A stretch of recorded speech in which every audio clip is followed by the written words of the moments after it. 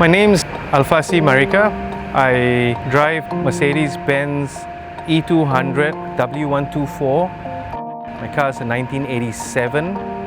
I grew up pretty much not being a big fan of Mercedes-Benz, right? There was always this whole impression that, Mercedes-Benz is like a Tauke's car, rich man, rich old men, right? That was the whole perception of the mark, and this model, especially the E-Class.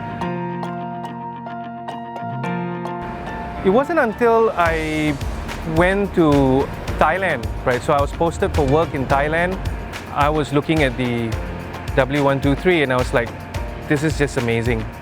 So that was where it all started, right? So long story cut short, I ended up buying that car. I was coming back to Singapore. I realized that a W123 was quite hard to get at that point in time.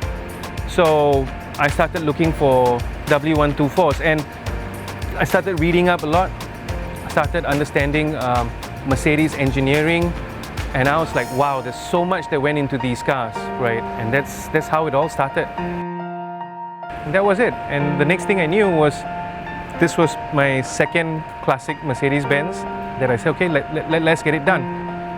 And then I found the whole masterpiece seat, a whole set of it that was in very good condition.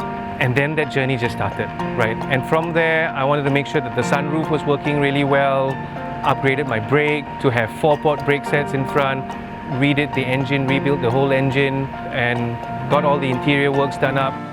Yeah, I mean, it was a slow, painful process. There were times when I would just go back home and complain to my wife and say, I don't know what I'm doing, right?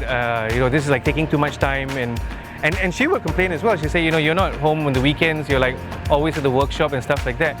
But this was something that I enjoyed. I started reading up, started knowing all the different 40 over 1,000 parts that was, part of this car. And I did get hands-on a little bit myself as well. And I think that's what makes it so special, right? You could buy a car off a showroom and sure, it's A to B, it's reliable, it gets you around and all that.